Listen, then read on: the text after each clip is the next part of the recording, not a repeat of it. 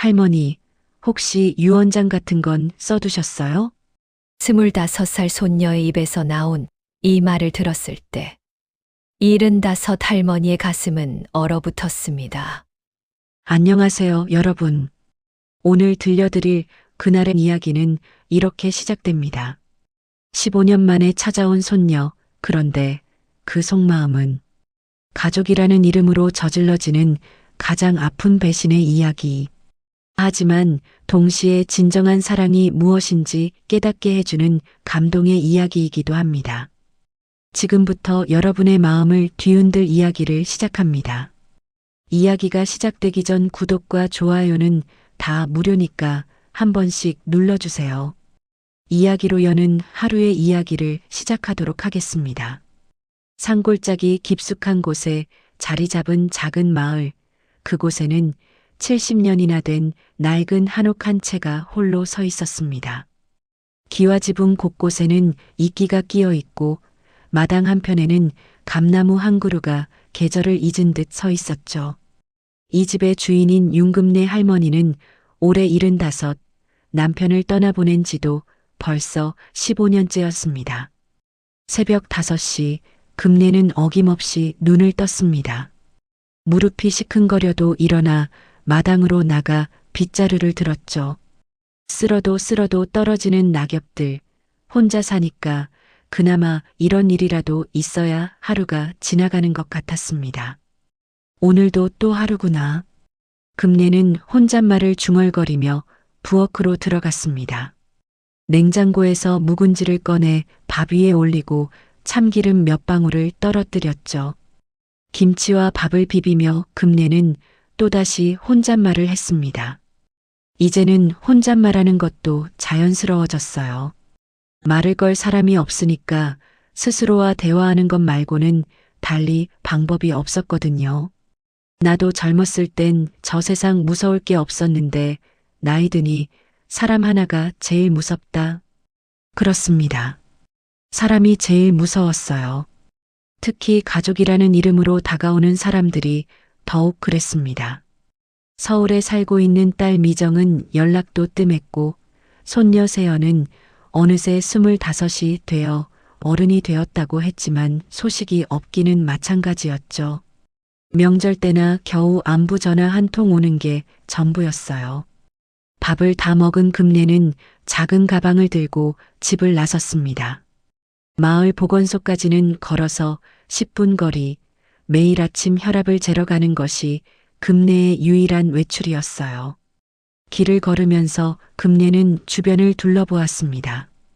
예전에는 이웃집들도 많았는데 하나둘씩 도시로 떠나고 이제는 텅 빈 집들만 남아있더군요. 안녕하세요, 할머니. 길에서 만난 동네 아이가 인사를 했습니다. 금내는 반갑게 손을 흔들었어요. 이런 작은 인사라도 있으면 하루가 조금은 덜 외로웠거든요. 금내 씨, 오늘은 좀 어떠세요? 보건소에 도착하자 박 간호사가 반갑게 인사를 건넸습니다. 마을에서 몇 안 되는 젊은 사람 중 하나였죠. 30 중반쯤 되어 보이는 박 간호사는 금내에게 있어서 마치 딸 같은 존재였어요. 그저 그래요. 나이 먹은 몸이 어디 좋을 리가 있나요? 혈압을 재는 동안 금내는 창밖을 바라보았습니다. 산 너머로 보이는 하늘이 유난히 파랗더군요. 저런 하늘을 보면 예전에는 기분이 좋아졌는데 요즘은 그런 감정조차 무뎌진 것 같았습니다. 감정이 메말라가는 느낌이랄까요? 혈압이 조금 높네요. 짠 음식 드시지 마시고 스트레스도 받지 마세요. 스트레스라. 혼자 사는데 무슨 스트레스가 있겠어요. 금내는 쓸쓸하게 웃으며 말했습니다. 사실 스트레스는 있었어요. 가족들로부터 오는 스트레스 말입니다. 연락도 없이 지내다가 갑자기 안부를 묻는 전화가 올 때면 왠지 모르게 불안해졌거든요. 무슨 일이 있나 싶어서 말이죠. 약은 꾸준히 드세요. 그리고 너무 혼자만 계시지 마시고 가끔은 이웃분들과도 만나시고요. 박 간호사의 말은 고마웠지만 현실적으로 쉽지 않았어요. 마을에 남은 사람들도 다들 나이가 많아서 서로 만나봤자 병 이야기, 자식들 무관심 이야기만 반복될 뿐이었거든요. 집으로 돌아오는 길 금내는 우체통을 확인했습니다. 별다른 우편물은 없었고 전기요금 고지서 하나만 들어있더군요. 집에 들어와 마루에 앉아 고지서를 들여다보며 금내는 또 한숨을 쉬었습니다. 전기료도 올랐네. 혼자 쓰는데도 이렇게 나오나. 점심은 간단히 라면으로 때웠습니다. 혼자 먹는 밥상에 정성을 들일 기운도 없었어요. 라면을 먹으며 금내는 텔레비전을 켰습니다. 드라마가 나오고 있었는데 화목한 가족들의 모습이 나오더군요. 예전에는 그런 장면을 보면서 부러워했는데 이제는 그냥 허무했어요. 오후가 되자 금내는 마당에 나가 빨래를 널었습니다. 바람이 제법 차가워서 겨울이 가까워지고 있음을 느꼈어요. 혼자 보내는 겨울이 또 한 번 다가오고 있었습니다. 작년 겨울이 얼마나 추웠는지, 난방비 때문에 얼마나 걱정했는지 생각하니 벌써부터 마음이 무거워졌어요. 그때였습니다. 집 전화기가 울렸어요. 금내는 깜짝 놀라며 전화기를 바라보았습니다. 요즘 전화 오는 일이 거의 없었거든요.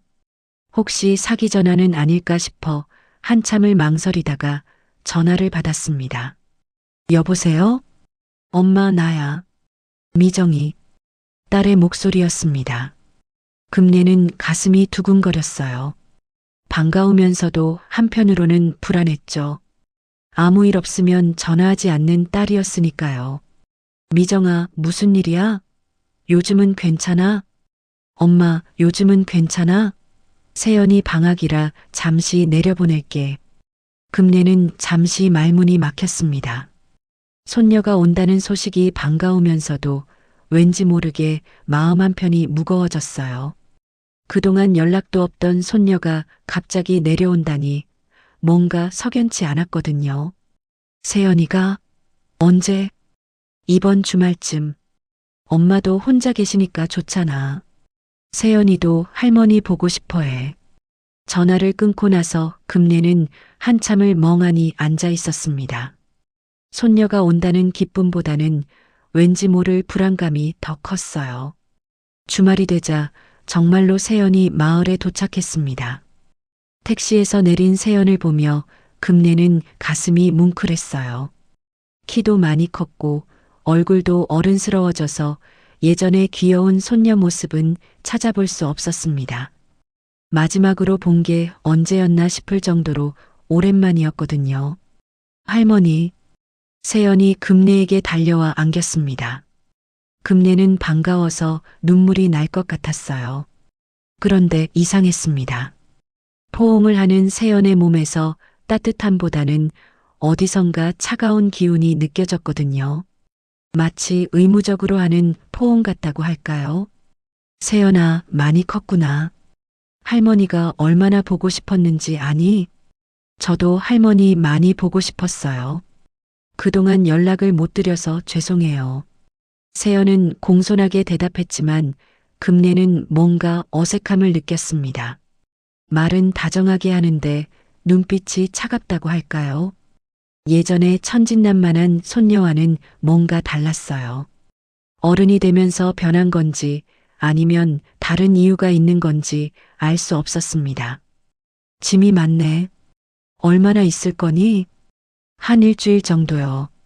할머니 심심하시잖아요. 집 안으로 들어온 세연은 짐을 풀면서 자꾸만 방 안을 둘러보았습니다.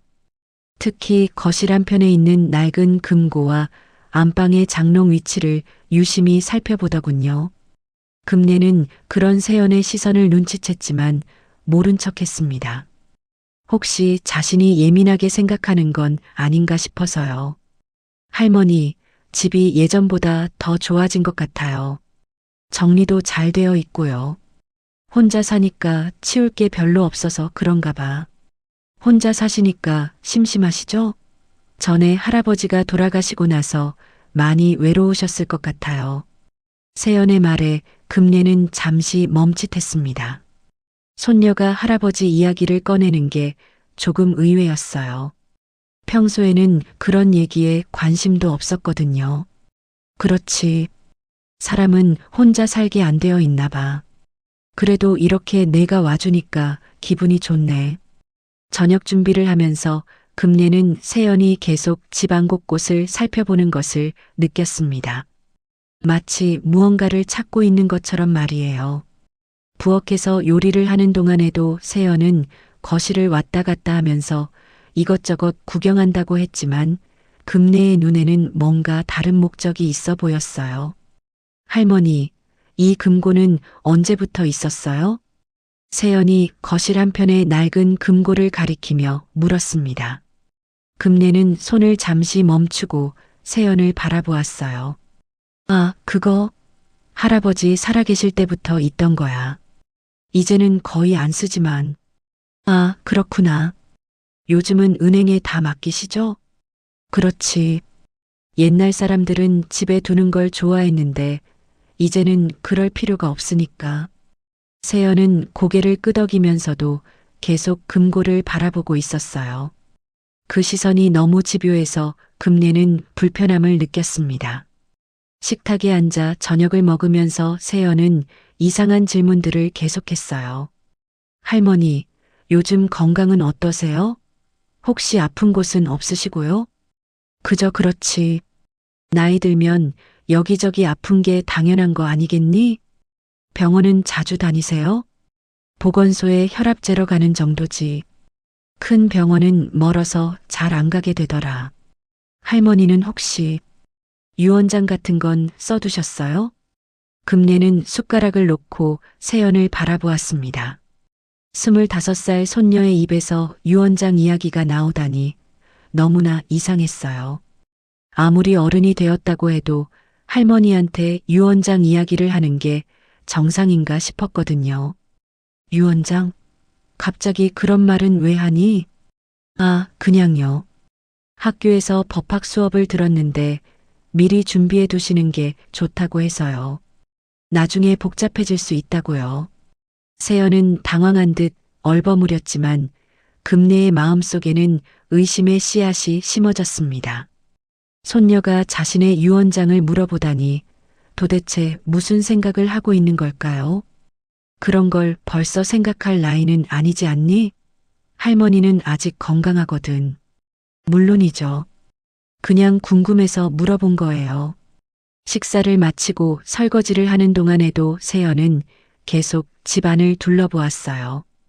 특히 안방 쪽으로 자주 시선을 보내더군요. 금내는 점점 불안해졌습니다. 뭔가 좋지 않은 일이 일어날 것 같은 예감이 들었어요. 할머니, 피곤하시죠? 일찍 주무세요. 저는 좀 더 있다가 잘게요. 그래, 알겠다. 너도 일찍 자거라. 그날 밤 금내는 잠들기 전에 세연의 방 앞을 지나다가 이상한 소리를 들었습니다. 세연이 누군가와 전화 통화를 하고 있더군요. 문틈으로 조용히 귀를 기울여 보니 놀라운 내용이었어요. 엄마, 금고는 있긴 있어. 거실 한편에 있는데 꽤 오래된 것 같아. 근데 비밀번호를 모르겠어. 금내는 가슴이 철렁했습니다. 손녀가 자신의 금고를 노리고 있다는 뜻이었거든요. 설마 했던 일이 현실이 되고 있었어요. 할머니가 잠들고 나서 한번 시도해 볼게. 근데 혹시 모르니까 그거 조금 구해 볼게. 수면제 말이야. 수면제라는 말을 들은 순간 금내는 온몸이 떨렸습니다. 자신을 재우고 금고를 열어보려 한다는 뜻이었어요. 도대체 손녀가 언제부터 이런 생각을 하게 된 걸까요? 그래, 할머니는 혼자 사시니까 재산도 꽤 있을 거야. 이 집도 그렇고 우리가 안 챙기면 누가 챙겨? 나중에 다 알게 될 거야. 금내는 조용히 자신의 방으로 돌아왔습니다. 침대에 앉아서 한참을 생각했어요. 이런 일이 일어날 줄은 꿈에도 몰랐습니다. 그동안 연락 없던 딸과 손녀가 갑자기 연락을 한 이유가 이것이었구나 싶어 가슴이 아팠어요. 다음 날 아침 세연은 언제 그랬냐는 듯 다정하게 굴었습니다. 할머니, 잘 주무셨어요? 오늘은 뭐 하실 거예요? 저도 도와드릴게요. 고맙구나. 그럼 보건소에 같이 갈래? 할머니 혈압 재러 가는 건데. 네, 좋아요. 할머니랑 같이 나가는 것도 오랜만이네요. 하지만 금내는 알고 있었어요. 세연이 보건소에 가고 싶어 하는 진짜 이유를 말이죠. 보건소로 향하는 길에 세연은 유난히 활발하게 말을 걸었습니다. 평소보다 훨씬 친근하게 굴면서 금내에 팔짱을 끼고 걸었어요. 하지만 금내는 어젯밤 들은 전화 통화 내용 때문에 마음이 편하지 않았습니다. 할머니, 여기 공기가 정말 좋네요. 서울과는 완전히 달라요. 그렇지. 산골이니까 공기가 맑을 수밖에. 할머니는 이런 좋은 곳에서 혼자 사시니까 부럽기도 해요. 저는 매일 스트레스 받으면서 사는데. 세연의 말은 다정했지만 금내에게는 전혀 진심으로 들리지 않았어요. 어젯밤 전화 통화를 들은 후로는 세연의 모든 말과 행동이 의심스러웠거든요. 보건소에 도착하자 박 간호사가 반갑게 인사했습니다. 어머, 금내 씨 손녀분이시군요. 정말 예쁘게 생겼네요. 네, 안녕하세요. 할머니 모시고 왔어요. 세연은 공손하게 인사했지만 금내는 세연이 보건소 내부를 유심히 살펴보는 것을 놓치지 않았어요. 특히 약품 보관함 쪽을 자주 쳐다보더군요. 혈압을 재는 동안 세연은 박 간호사에게 이런저런 질문을 했습니다. 간호사님, 할머니 같은 연세분들이 자주 드시는 약이 있나요? 보통 혈압약, 당뇨약 정도죠. 왜요? 아, 그냥 할머니 건강이 걱정되어서요. 혹시 잠 못 주무시는 분들은 어떤 약을 드시나요? 박 간호사는 잠시 이상하다는 표정을 지었어요. 손녀가 할머니의 수면제에 대해 묻는 게 조금 이상했거든요. 수면제 말씀하시는 거예요? 그런 건 함부로 드시면 안 되는데. 아, 네. 그냥 궁금해서요. 금내는 세연과 박 간호사의 대화를 들으며 가슴이 두근거렸어요. 세연이 정말로 수면제를 구하려 하고 있다는 확신이 들었거든요.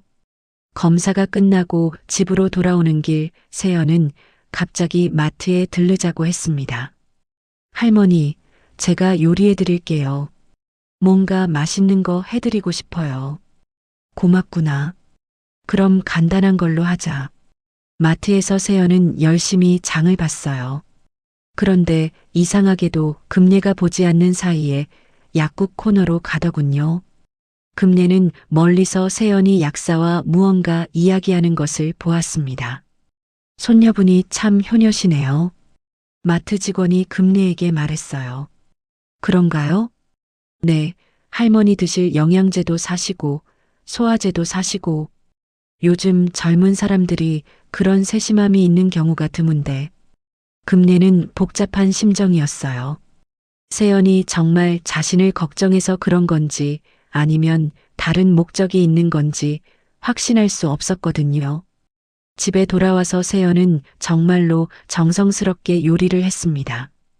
김치찌개에 두부도 넣고 나물도 여러 가지 무치고 생선구이까지 해서 푸짐한 상을 차렸어요. 할머니, 맛있게 드세요. 오랜만에 손녀가 해드리는 밥이니까요. 고맙다, 세연아. 이렇게까지 안 해도 되는데. 밥을 먹으면서 세연은 계속 금내에게 국물을 더 먹으라고 권했어요. 김치찌개 국물이 짜다면서도 자꾸만 더 떠서 주더군요. 할머니, 국물이 몸에 좋아요. 더 드세요. 아니다, 짜서 많이 못 먹겠네. 조금만 더요. 제가 정성 들여서 끓인 건데. 금내는 세연의 간청에 못 이겨 국물을 몇 숟가락 더 마셨어요. 그런데 이상했습니다. 평소보다 유난히 졸음이 쏟아지더군요. 밥을 다 먹고 나서도 눈꺼풀이 무거워졌어요. 할머니, 괜찮으세요? 얼굴이 안 좋아 보이는데. 갑자기 어지럽네. 나이 들어서 그런가 봐. 그럼 좀 누워서 쉬세요. 제가 설거지 할게요. 금례는 비틀거리며 안방으로 들어갔습니다. 침대에 누우니 정신이 몽롱해졌어요. 이상하다 싶었지만 너무 졸려서 저항할 수가 없었습니다. 세연은 금례가 안방으로 들어가는 것을 확인하고 나서 조용히 거실로 나왔어요. 그리고는 금고 앞에 무릎을 꿇고 앉았습니다. 마음이 쿵쿵 뛰었지만 이미 여기까지 온 이상 되돌아갈 수는 없었어요. 할머니, 미안해요. 하지만 어차피 나중에는 다 제 거잖아요. 세연은 혼잣말을 하며 금고의 비밀번호를 입력하기 시작했습니다. 먼저 금례의 생년월일을 시도해봤지만 틀렸어요. 그 다음에는 할아버지의 생년월일, 엄마의 생년월일을 차례로 시도했지만 모두 실패했습니다. 뭐지? 대체 뭘까? 세연은 초조해하며 여러 숫자를 시도해봤어요. 집 전화번호, 주소 번지수, 결혼기념일 등 생각날 만한 숫자들을 모두 시도했지만 금고는 열리지 않았습니다. 그때 문득 금례가 자주 중얼거리던 말이 생각났어요. 할아버지가 돌아가신 날짜였습니다. 금례는 매년 그날이 되면 특별히 제사를 지냈고 평소에도 그 날짜를 자주 언급했거든요. 세연은 떨리는 손으로 할아버지의 기일을 입력했습니다. 그러자 놀랍게도 금고가 열렸어요. 드디어. 하지만 금고 안에는 세연이 기대했던 것과는 전혀 다른 것들이 들어 있었습니다. 현금이나 귀중품 대신 단 하나의 봉투만 덩그러니 놓여 있었어요. 봉투 겉면에는 깔끔한 글씨로 이렇게 적혀 있었습니다. 세연아, 내가 이걸 열고 있을 때쯤이면. 세연은 당황했어요. 할머니가 자신이 금고를 열 것을 예상하고 있었다는 뜻이었거든요. 손이 떨렸지만 편지를 꺼내서 읽기 시작했습니다. 편지의 내용은 충격적이었어요. 금례는 이미 딸과 손녀의 속셈을 다 알고 있었고 세연이 수면제를 사용할 가능성까지 예상하고 있었던 거였습니다. 이 금고는 마지막 시험이었단다.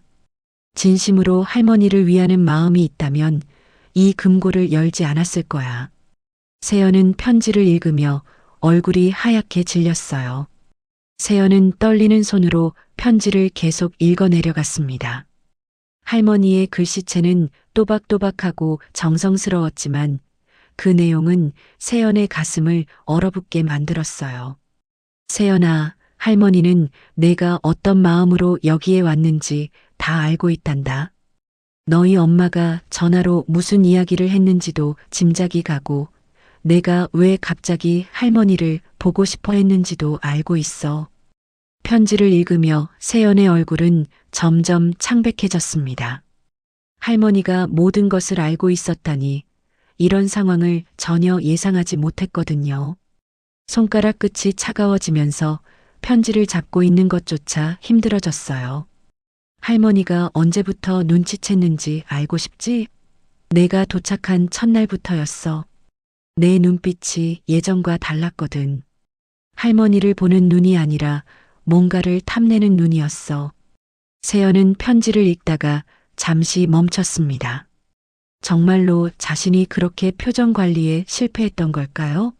할머니를 속였다고 생각했는데 오히려 자신이 속고 있었던 거였어요. 할머니는 이미 거실 구석에 작은 카메라를 설치해 두었단다. 내가 이 편지를 읽고 있는 지금 이 순간도 모두 녹화되고 있어. 박 간호사에게 비상시에 확인하라고 부탁해 두었거든. 세연은 깜짝 놀라 주변을 둘러보았어요. 정말로 거실 한쪽 선반 위에 작은 카메라가 빨간 불을 깜빡이며 자신을 향하고 있었습니다. 언제 설치한 건지, 어떻게 자신이 눈치채지 못했는지 당황스러웠어요. 카메라는 마치 자신을 비웃기라도 하듯 조용히 돌아가고 있었습니다. 내가 보건소에서 무슨 일을 했는지, 마트에서 무엇을 샀는지, 그리고 할머니의 국밥에 무엇을 넣었는지 다 보고 있었단다. 너무 실망스럽구나, 세연아.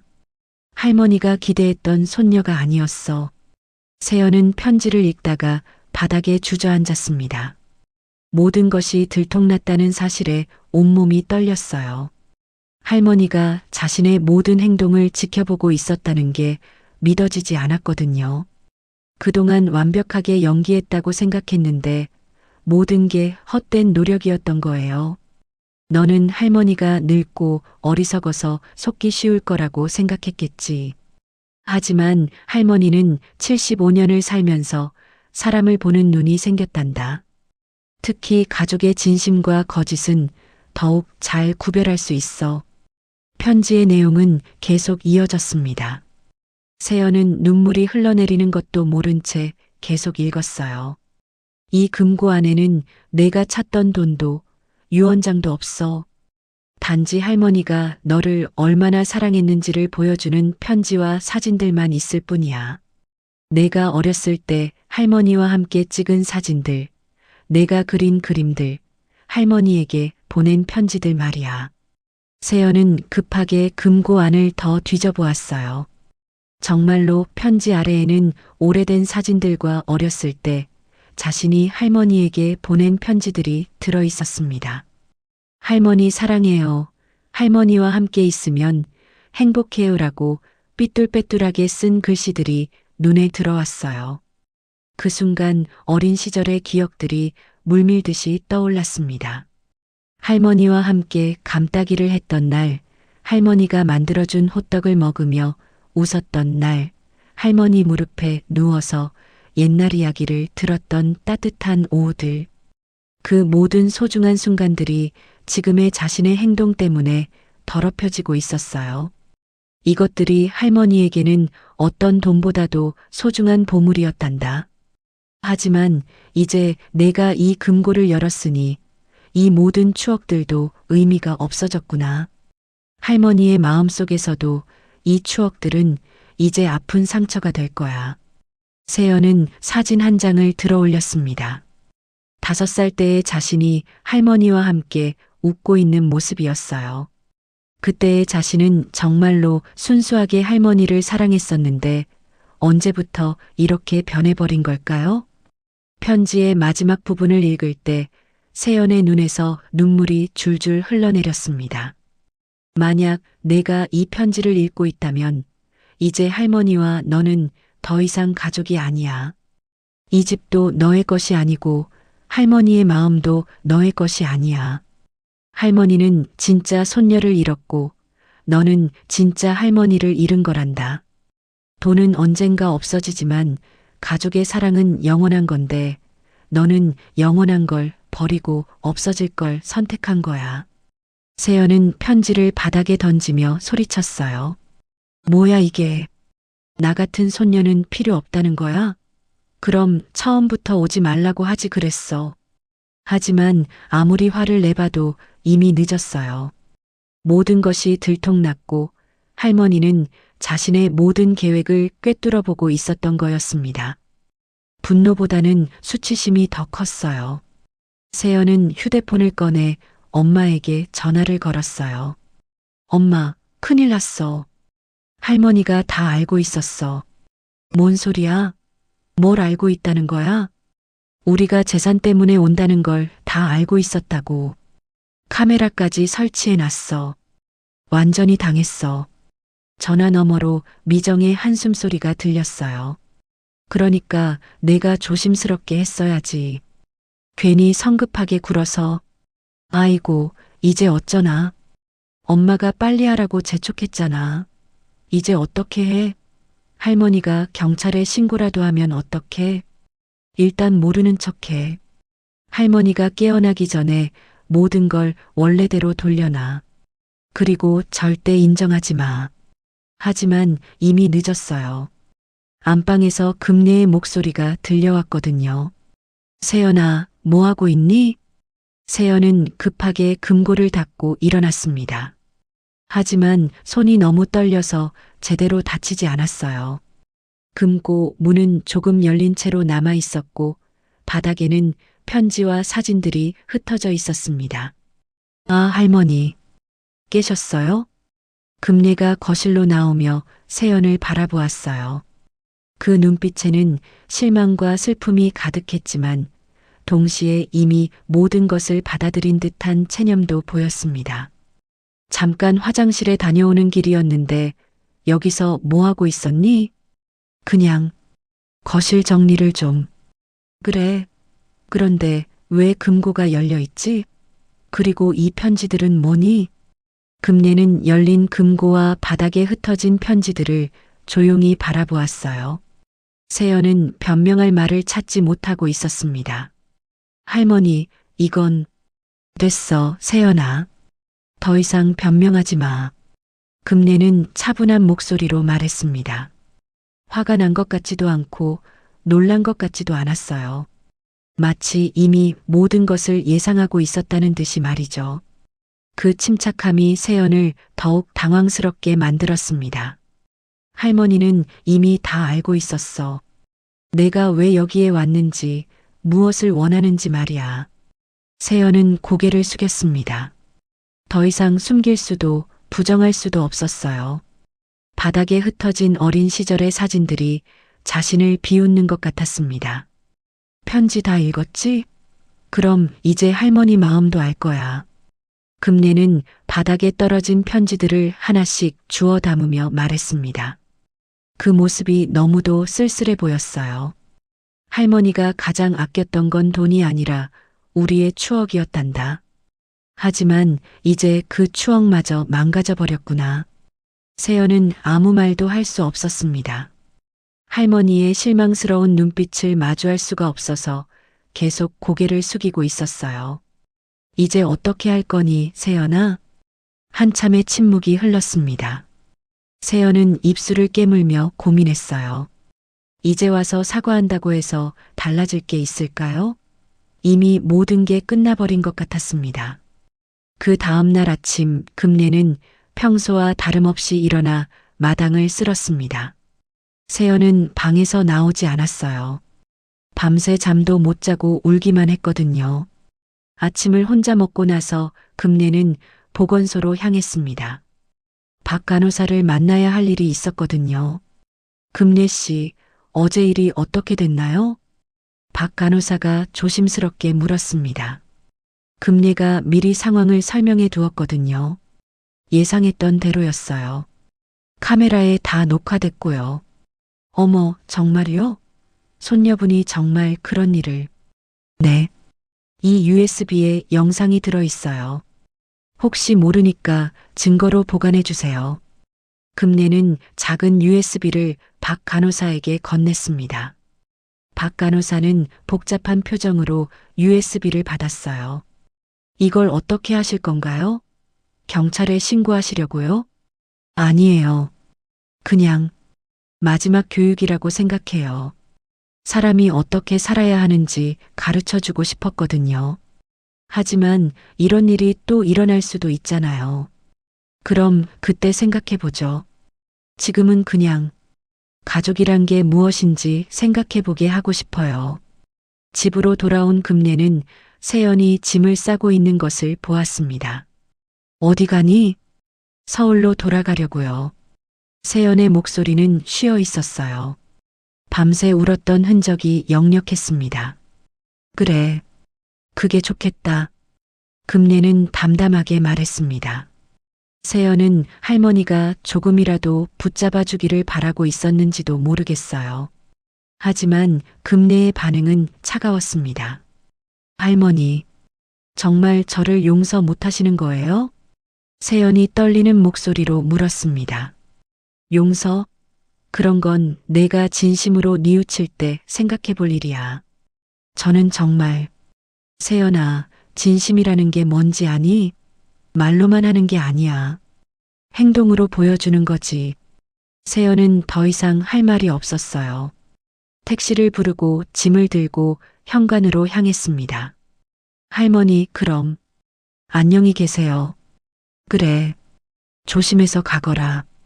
금례는 마지막까지 냉정했습니다.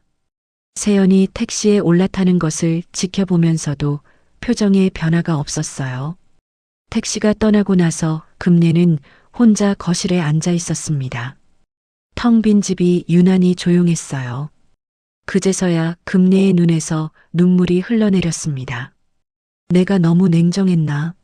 하지만 이미 늦었어요.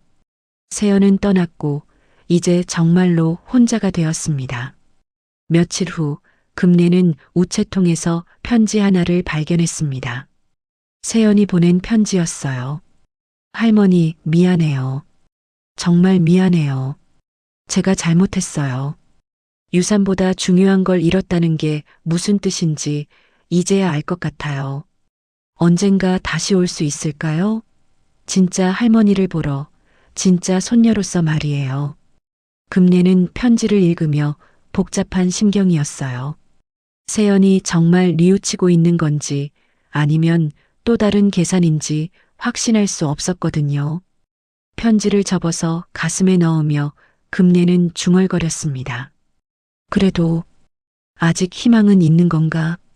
한편 서울로 돌아온 세연은 엄마 미정과 마주 앉아 있었습니다. 결국 헛수고했네.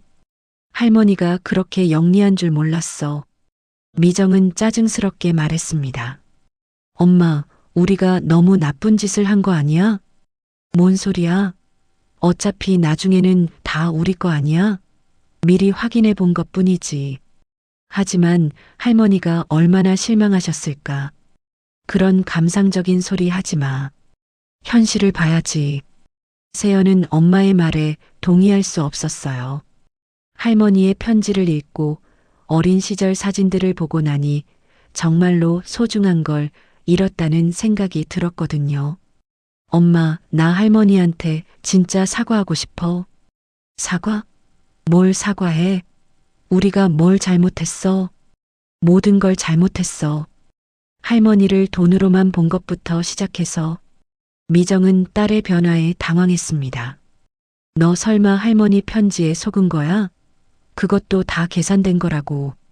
하지만 세연은 더 이상 엄마의 말에 귀를 기울이지 않았어요. 정말로 할머니께 용서를 구하고 싶었거든요. 서울로 돌아온 지 일주일이 지났지만 세연은 마음이 편하지 않았습니다. 할머니가 보낸 편지의 내용이 계속 머릿속에 맴돌았어요. 특히 유산보다 중요한 걸 잃었다는 말이 가슴에 박혀서 떠나지 않았습니다. 세연은 자신의 방에 앉아 할머니께 보낼 편지를 썼다 지웠다를 반복했어요. 어떤 말로 시작해야 할지, 어떻게 사과해야 할지 알 수가 없었거든요. 그저 미안하다는 말로는 부족할 것 같았습니다. 할머니, 정말 미안해요. 제가 잘못했어요. 세연은 몇 번째인지 모를 편지를 다시 써내려갔습니다. 하지만 쓰다 보면 또 찢어버리곤 했어요. 진심이 전해질지 확신이 서지 않았거든요. 그러던 어느 날 세연은 결심을 하고 엄마에게 말했습니다. 엄마, 나 다시 할머니께 가보려고. 뭐라고? 왜 또? 이미 망친 판에 뭘 더 하겠다는 거야? 미정은 딸의 말에 당황했어요. 이미 실패한 일인데 왜 자꾸 그 이야기를 하는지 이해할 수 없었거든요. 사과하러 가려고. 진짜 진심으로. 사과? 그런 걸로 뭐가 달라져? 할머니가 우리를 용서해 줄 것 같아? 모르겠어. 하지만 시도라도 해봐야지. 이대로 끝낼 수는 없어. 세연의 목소리에는 전에 없던 진정성이 담겨 있었습니다.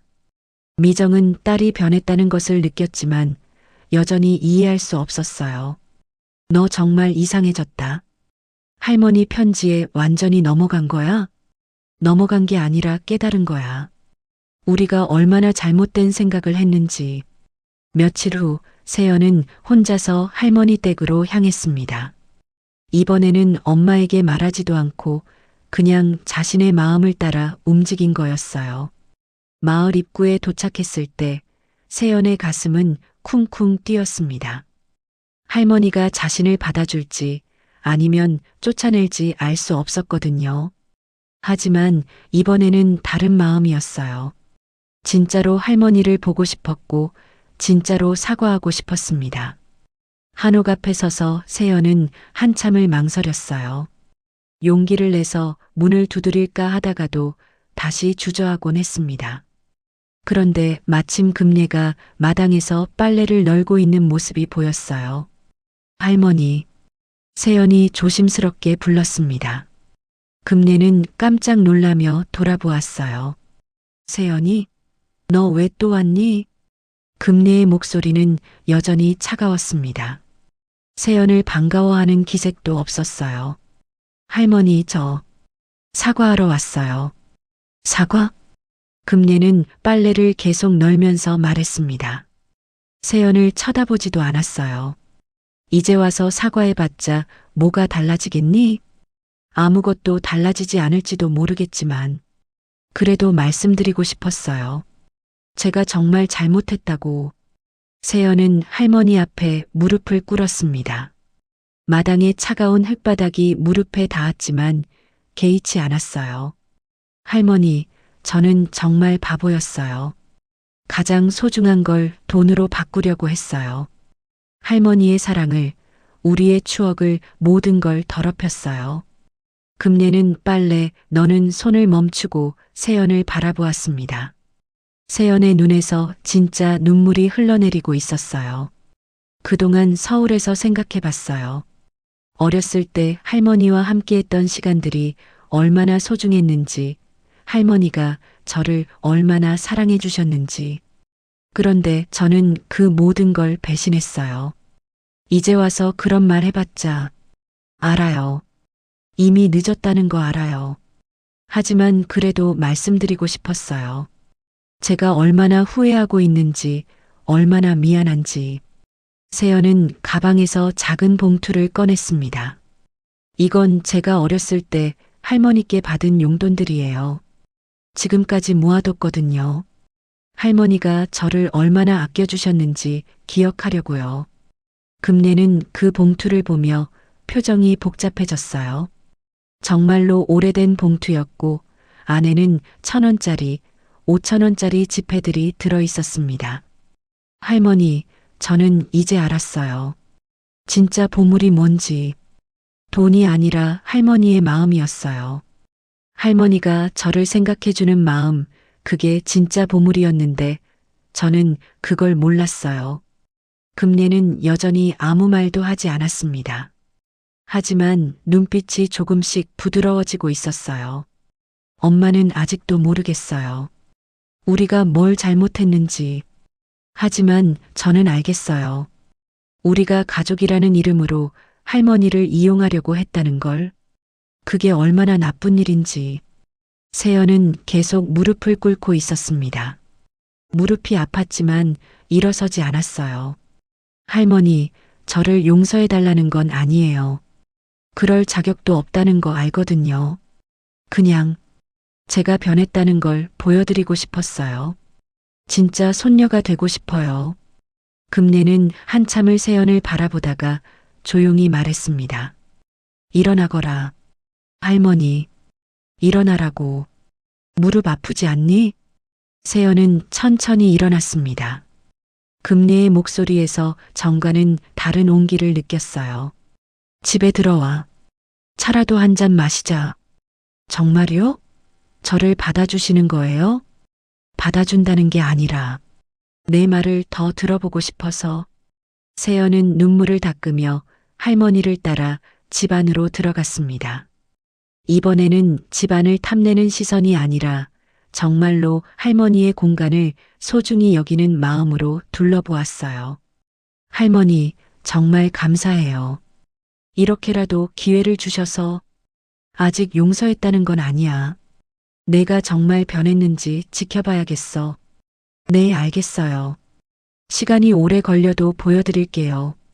하지만 금례의 마음속 깊은 곳에서는 이미 조금씩 얼음이 녹기 시작하고 있었습니다. 금례는 조용히 차를 우려내며 세연을 바라보았습니다. 세연은 예전과는 완전히 달라져 있었어요. 집안을 기웃거리지도 않고 그저 할머니의 얼굴만 바라보고 있었습니다. 그 시선에서 진정성을 느낄 수 있었어요. 여기 앉아. 금례가 차를 내밀며 말했습니다. 세연은 공손하게 받아들고 조심스럽게 한 모금 마셨어요. 할머니, 이 차, 예전에 어렸을 때 마셨던 그 차네요. 기억하고 있었구나. 네. 할머니가 제게 처음으로 어른차라고 해서 주셨던 그 차요. 그때 너무 쓰다고 투정 부렸는데 할머니가 꿀을 넣어주셨죠. 금례는 잠시 미소를 지었습니다. 그 기억이 자신에게도 소중했거든요. 그때 내가 얼마나 귀여웠는지. 이제는 다 큰 어른이 되었네. 하지만 아직도 철없는 어른이에요. 이번 일로 많이 깨달았어요. 세연은 차를 마시며 천천히 말을 이어갔습니다. 할머니께서 보내주신 편지를 몇 번이나 읽었어요. 특히 진짜 보물이라는 부분을요. 처음에는 이해가 안 됐는데 시간이 지나니까 알겠더라고요. 무엇을 알겠다는 거니? 할머니가 금고에 넣어두신 건 돈이 아니라 사랑이었어요. 저에 대한 추억들, 함께했던 시간들. 그게 할머니에게는 어떤 재산보다 소중한 거였죠. 금례는 세연의 말을 듣고 있었지만 아직 완전히 마음을 열지는 못하고 있었어요. 한번 배신당한 마음은 쉽게 회복되지 않았거든요. 말은 쉽지. 하지만 행동으로 보여주는 건 다른 문제야. 네, 맞아요. 그래서 제가 여기 온 거예요. 말로만이 아니라 행동으로 보여드리고 싶어서요. 세연은 가방에서 작은 수첩을 꺼냈습니다. 할머니, 이거 봐주실래요? 수첩을 펼쳐보니 빼곡하게 글씨가 적혀 있었어요. 금례가 자세히 보니 할머니와의 추억들이 날짜별로 정리되어 있었습니다. 이건 뭐니? 할머니와 제가 함께했던 모든 순간들을 기록한 거예요. 서울에 돌아가서 기억을 되살려가며 하나하나 적었어요. 금례는 놀라며 수첩을 넘겨보았습니다. 5살 때 할머니와 감따기, 7살 때 할머니가 만들어준 호떡, 9살 때 할머니 무릎에서 들은 옛날 이야기. 정말 세세한 것까지 모두 기록되어 있었어요. 이렇게까지 할머니께서 저를 얼마나 사랑해 주셨는지 잊지 않으려고 적은 거예요. 그리고 앞으로도 계속 적을 거예요. 할머니와 함께하는 새로운 추억들을요. 금례의 눈가가 촉촉해졌습니다. 세연이 정말로 변했다는 것을 느낄 수 있었어요. 세연아, 할머니, 저 정말 후회해요. 가장 소중한 사람을 가장 나쁜 방법으로 대했다는 게 돈이 필요하면 일해서 벌면 되는 건데 왜 그런 생각을 못했을까요? 사람은 누구나 실수를 할 수 있어. 중요한 건 그 실수에서 배우는 거지. 금례는 세연의 손을 잡았습니다. 세연은 그 따뜻한 손길에 눈물이 흘러내렸어요. 할머니, 용서해 주실 수 있어요? 용서라. 금례는 잠시 생각에 잠겼습니다. 마음 한편으로는 이미 용서하고 싶었지만 쉽게 말할 수는 없었어요. 당장은 어려워. 하지만 내가 정말로 변했다는 걸 보여준다면 시간이 걸리겠지만 가능할지도 몰라. 시간이 얼마나 걸려도 상관없어요. 할머니가 다시 저를 믿으실 때까지 계속 노력할게요. 그날 저녁 세연은 할머니를 위해 정성스럽게 저녁을 준비했습니다. 이번에는 다른 목적이 아니라 진심으로 할머니를 위해서였어요. 할머니, 이번엔 약 안 탔지? 금례가 농담처럼 말하자 세연은 눈물을 글썽이며 대답했습니다. 할머니, 그런 농담도 너무 가슴 아파요. 제가 정말 그런 짓을 했다니. 미안해. 너무 심했나? 아니에요. 저야말로 미안해요. 그런 농담을 하실 만큼 저를 불신하게 만든 게. 둘은 조용히 밥을 먹었습니다. 예전처럼 편안하지는 않았지만 그래도 함께 밥상을 마주하고 있다는 것만으로도 의미가 있었어요. 할머니, 제가 이번 주말까지 있어도 될까요? 왜? 마을 일을 좀 도와드리고 싶어요. 할머니 혼자서 하시기에는 힘든 일들이 많으실 것 같아서요. 금내는 의외라는 표정을 지었습니다. 예전의 세연이라면 상상도 할 수 없는 제안이었거든요. 내가 마을 일을? 네. 그리고 마을 분들께도 사과드리고 싶어요. 제가 할머니께 상처를 드린 일을요. 그런 건 내 일이 아니야. 아니에요. 할머니께 상처를 드린 건 곧 마을 전체에 피해를 끼친 거나 마찬가지예요. 할머니가 얼마나 상심하셨을지 마을 분들도 다 아실 거예요. 다음 날부터 세연은 정말로 마을 일을 도왔습니다. 할머니와 함께 보건소에 가서 다른 어르신들의 건강 체크를 도왔고 마을 청소도 함께 했어요. 처음에는 마을 사람들이 세연을 이상한 눈으로 바라봤습니다. 무슨 속셈이 있는 건 아닌지 의심하는 시선들이었어요. 저는 세연이라고 합니다. 금내 할머니 손녀예요. 세연은 마을 분들께 정중하게 인사드렸습니다. 아, 그 손녀. 그런데 갑자기 웬일이야? 할머니께 도움이 되고 싶어서요. 그리고 제가 할머니께 상처를 드린 일이 있어서 마을 분들께도 사과드리고 싶습니다. 마을 사람들은 세연의 솔직한 고백에 놀랐어요. 보통은 그런 일을 숨기려고 하는데 오히려 먼저 말하다니 의외였거든요. 할머니, 이제 그날의 밥상을 다시 차려볼까요? 세연이 조심스럽게 제안했습니다. 그날의 밥상? 네. 처음 마음으로 돌아가서 진짜 할머니와 손녀로서 함께 먹는 밥상 말이에요. 금내는 잠시 망설이다가 고개를 끄덕였습니다. 한 달이 흘렀습니다. 세연은 약속대로 매주 주말마다 할머니를 찾아왔고 진심으로 마을 일을 도왔어요. 처음에는 의심스러운 눈으로 바라보던 마을 사람들도 점차 세연을 받아들이기 시작했습니다. 세연이 참 착한 아이구나. 요즘 젊은 사람들 중에 저런 아이 보기 드물어.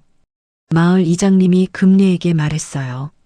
세연이 마을 행사 준비를 도와주고 혼자 사시는 어르신들 댁에 안부도 묻고 다니는 모습을 보고 하신 말씀이었습니다.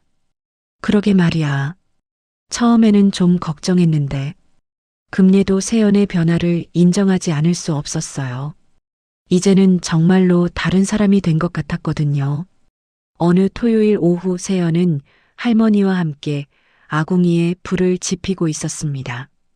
예전에는 상상도 할 수 없었던 일이었어요. 할머니, 제가 불 지피는 거 많이 늘었죠? 그렇네. 처음에는 연기만 펄펄 나더니 이제는 제법이야. 할머니가 잘 가르쳐 주셔서요. 둘은 함께 웃으며 저녁 준비를 했습니다. 김치찌개를 끓이고 나물을 무치고 생선을 구웠어요. 모든 과정이 자연스럽고 편안했습니다. 세연아, 내 마음을 시험해보고 싶은 게 있어. 식사를 마치고 차를 마시던 금예가 갑자기 말했습니다. 시험이요? 세연은 긴장했어요. 혹시 또 다른 함정이 있는 건 아닌지 걱정되었거든요. 금고 말이야. 다시 한번 열어보지 않겠니? 네. 왜요? 그냥 내가 정말 변했는지 확인하고 싶어서. 세연은 잠시 고민했습니다. 이번에는 다른 마음으로 금고를 여는 것이지만 그래도 부담스러웠어요. 할머니가 원하신다면 열어볼게요. 둘은 거실로 이동했습니다. 금고는 예전 그 자리에 그대로 있었어요. 세연은 떨리는 손으로 비밀번호를 입력했습니다. 할아버지의 기일, 그 숫자를 아직도 기억하고 있었거든요. 금고가 열리자 안에는 새로운 것들이 들어 있었습니다. 예전의 편지와 사진들은 그대로 있었지만 그 위에 새로운 봉투가 하나 더 놓여 있었어요. 이건 뭐예요? 열어봐. 세연은 조심스럽게 봉투를 열었습니다. 안에는 할머니의 새로운 편지가 들어 있었어요. 세연아, 내가 진짜로 변했다는 걸 할머니는 이미 알고 있단다. 이 한 달 동안 내가 보여준 모든 것들이 할머니에게는 가장 큰 선물이었어. 편지를 읽으며 세연의 눈에서 눈물이 흘러내렸습니다. 할머니는 내가 처음 이 금고를 열었을 때부터 기다리고 있었어. 언젠가는 정말로 할머니를 사랑하는 마음으로 다시 이곳에 올 거라고 믿었거든. 할머니, 이제 이 편지들은 태워버리자. 나쁜 기억은 불에 태우는 게 제일이야. 금내는 첫 번째 편지를 꺼내 세연에게 건넸습니다. 할머니, 정말 태워도 돼요? 그래. 이제는 필요 없어. 우리에게는 새로운 추억을 만들어갈 시간이 있으니까. 둘은 함께 아궁이로 가서 그 편지를 불에 넣었습니다. 편지는 천천히 타면서 재가 되어 사라졌어요. 이제 정말로 끝난 거네요. 끝이 아니라 새로운 시작이야. 그날 밤 세연은 할머니와 오랜만에 마루에 나란히 앉아 별을 바라보았습니다. 할머니, 제가 만약 그때 금고를 열지 않았다면 어떻게 되었을까요? 그랬다면 할머니가 먼저 내게 이 모든 걸 줬을 거야. 기꺼이 말이야. 정말요? 그럼 진짜 사랑하는 손녀에게 주고 싶지 않은 할머니가 어디 있겠니? 세연은 할머니의 손을 꼭 잡았습니다. 할머니, 이제 저는 아무것도 바라지 않아요. 그냥 할머니와 함께 있는 것만으로도 충분해요. 그 마음이야말로 진짜 보물이란다. 몇 달 후 세연은 마을에 작은 공부방을 열었습니다. 아이들에게 공부를 가르쳐주고 어르신들께는 스마트폰 사용법을 알려드리는 곳이었어요. 선생님, 이거 어떻게 하는 거예요? 천천히 따라해 보세요. 어렵지 않아요. 세연은 마을 어르신들에게 정성껏 설명해 드렸습니다. 처음에는 서투르셨던 분들도 점점 익숙해지셨어요. 금내는 그런 세연의 모습을 뿌듯하게 바라보았습니다. 진짜 자랑스러운 손녀가 된 것 같았어요. 할머니, 이제 저 좀 어때요? 진짜 손녀 같나요? 이제야 내 손녀 같아. 어느 봄날 마을에는 벚꽃이 만개했습니다. 금내와 세연은 함께 벚꽃 구경을 나갔어요. 할머니, 내년에도 이렇게 함께 벚꽃 볼 수 있을까요? 물론이지. 그리고 그 다음 해에도, 그 다음 해에도. 약속해요. 약속해. 둘은 벚꽃 아래서 서로를 바라보며 웃었습니다. 과거의 아픈 기억은 모두 사라지고 이제는 정말로 할머니와 손녀가 된 것 같았어요. 그의 여름 미정이 마을을 찾아왔습니다. 딸의 변화가 궁금했던 거죠. 엄마가 왔네. 세연은 반가우면서도 조금 걱정스러웠어요. 엄마가 또 다른 속셈을 가지고 온 건 아닌지 말이에요. 할머니, 잘 계셨어요? 미정은 어색하게 인사했습니다. 그래, 왔구나. 금내는 담담하게 대답했어요. 미정을 완전히 용서한 건 아니었지만 그래도 딸이니까 받아들였습니다. 엄마, 세연이가 많이 변했다면서요? 그래. 이제야 진짜 내 손녀 같아. 그날 저녁 세 사람은 함께 저녁을 먹었습니다. 예전과는 완전히 다른 분위기였어요. 진심이 통하는 따뜻한 시간이었습니다. 할머니, 정말 감사해요. 저를 다시 받아주셔서. 고맙긴. 내가 진짜로 돌아와줘서 할머니가 더 고마워. 그렇게 그들의 새로운 이야기가 시작되었습니다. 진정한 가족의 의미를 깨달은 후의 따뜻한 일상들이 말이에요.